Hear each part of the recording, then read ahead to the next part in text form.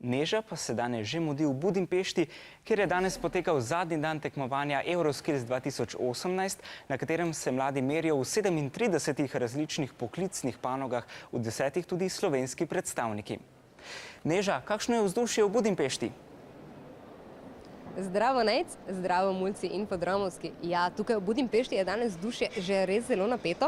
Več kot 500 tekmovalcev, kar 12 jih prihaja iz Slovenije, vztrajno dokončuje svoje izdelke in opravlja naloge pred strogimi sodniki.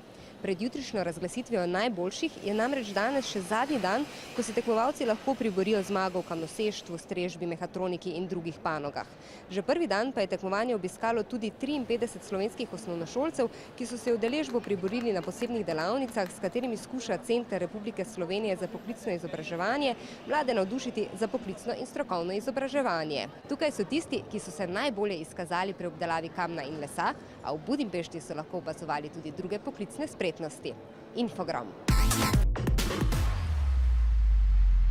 Poklic mi je bil zanimiv, kjer so postavljali vrt. Mi je všeč delati z rastlinami. Danes sem videla tudi ta poklic, ko so sestavljali motore.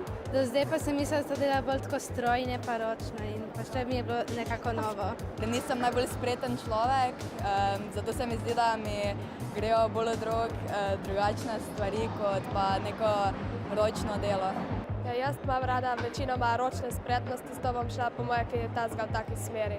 Od srednje šole pričakujem, da bo zanimiva in da se bom dosti naučila, da bom lahko v poklicu bila dobra.